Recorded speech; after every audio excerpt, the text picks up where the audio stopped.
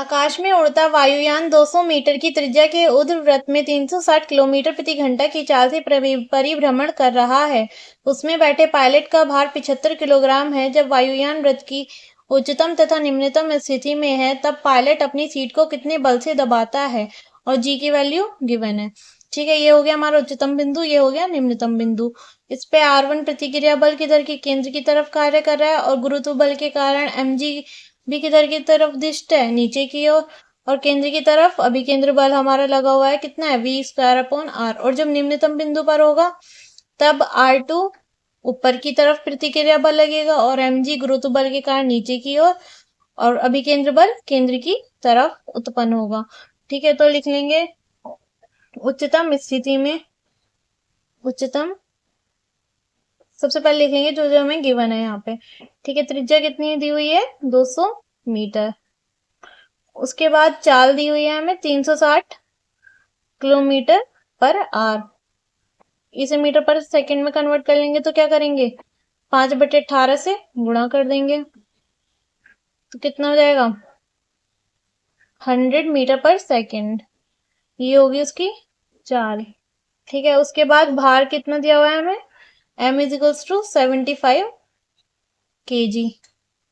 ठीक है, अब हमें उच्चतम और निम्नतम स्थिति में बताना है कि पायलट अपनी सीट को कितने बल से दबाता है। तो यहाँ पे इक्वेशन लिख लेंगे। पहले उच्चतम स्थिति में, उच्चतम स्थिति में, ठीक है, नेट बल लिख लेंगे कि कितना लग रहा है हमारा।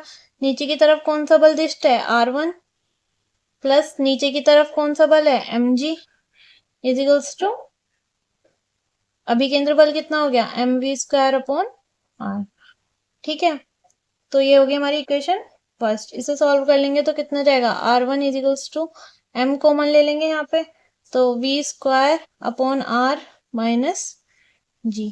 ठीक है, यहाँ पे वैल्यू पुट कर देंगे इसकी, तो कितनी आएगी, द्रव्यमान कितना दिया हुआ है हमें, 75, वेलोसिटी कितनी है, 100 का स्क्वायर अपॉन त्रिज्या कितनी दी हुई है, 200, माइनस जी की वैल्यू है 10। ठीक है, इसे सॉल्व करके हमारे पास प्रतिक्रिया बल कितना आ जाएगा, 3000 न्यूटन। ठीक है, और अगर इसे किलोग्राम भार में कन्वर्ट करेंगे तो 10 से डिवाइड कर देंगे, जी से डिवाइड करना होता है अगर किलोग्राम भार में बताते हैं, तो कितना आ जाएगा, 300 किलोग्राम भार। ठीक है, तो R1 की वैल्यू आ गई हमारे पास 300 किलोग्राम भार। ठीक है, तो ये जो बल है हमारे सीट द्वारा पायलट पर नीचे की ओर लगने वाला प्रतिक्रिया बल है, और पायलट भी इतने ही बल से सीट को ऊपर की ओर दबाता है। ठीक है, अब ऐसे ही निम्नतम स्थिति में लिख लेंगे। निम्नतम स्थिति में कितना आ जाएगा, R2 ऊपर की तरफ दिष्ट है हमारा, R2 माइनस नीचे की तरफ mg = अभिकेंद्र बल कितना हो गया, mv²/r। ठीक है, तो R2 = कितना जाएगा हमारे पास, m कॉमन ले लेंगे तो v²/r प्लस g।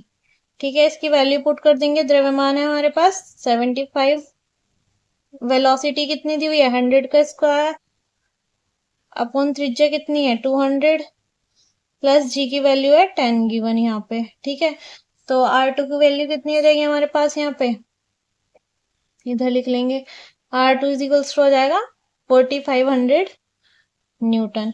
ऐसे ही इसे भी जब किलोग्राम भार में बताएंगे तो 10 से डिवाइड कर देंगे। ठीक है, तो R2 की वैल्यू कितनी आ गई हमारे पास, 450 किलोग्राम भार। ठीक है, तो पायलट इतने ही बल से सीट को नीचे की तरफ दबाता है। तो ये हो गया हमारे उच्चतम स्थिति में और निम्नतम स्थिति में भार R1 और R2।